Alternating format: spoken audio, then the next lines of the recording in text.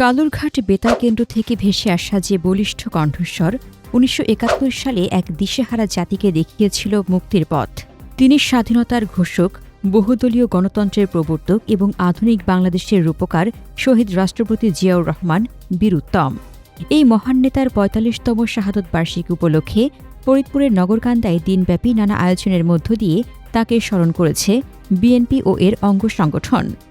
শনিবার বিকেলে নগরকান্দার শহীদ আকরামুন্নেছা বালিকা বিদ্যালয় মাঠে আলোচনা সভা ও দোয়া মাহফিলের আয়োজন করে উপজেলা ও পৌর বিএনপি।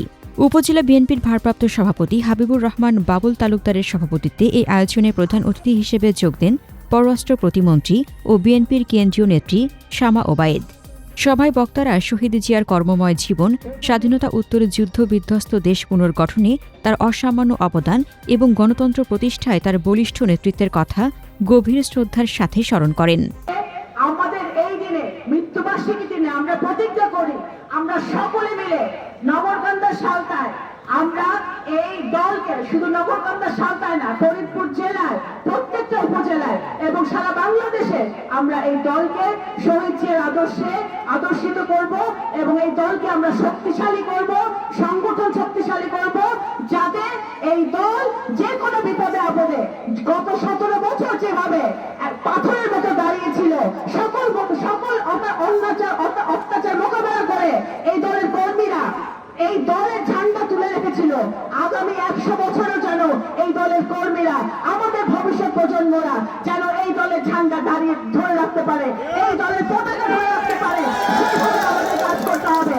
আর আমাদের হয়তো আমরা বেঁচে থাকবো না, কিন্তু আমাদের ছেলেমেয়েরা, নাতিপুতিরা, তাদের নাতিপুতিরা যেন বাংলাদেশ জাতীয়তাবাদী দলের ঝান্ডা এই বাংলাদেশের মাটিতে শক্তভাবে ধরে রাখতে পারে। আলোচনা শেষে শহীদ জিয়াউর রহমানের রুহের মাগফিরাত এবং দেশ ও জাতির কল্যাণ কামনায় বিশেষ দোয়া ও মোনাজাত করা হয়। এর আগে দিনব্যাপী কর্মসূচির অংশ হিসেবে দুপুর ২টায় চর যশোরদী ইউনিয়ন এবং বিকেল ৩টায় তালমা ইউনিয়ন বিএনপির উদ্যোগেও পৃথক দোয়া মাহফিল অনুষ্ঠিত হয়। প্রতিটি কর্মসূচিতেই নেতাকর্মী ও সাধারণ মানুষের স্বতঃস্ফূর্ত উপস্থিতি ছিল চোখে পড়ার মতো। স্বাধীনতার ঘোষকের আদর্শ বুকে ধারণ করে আগামী দিনে ঐক্যবদ্ধভাবে দেশ গড়ার শপথ নেন তৃণমূলের নেতাকর্মীরা। হাসনাতুজ্জাহান হিমু, দৈনিক খোলা চোখ।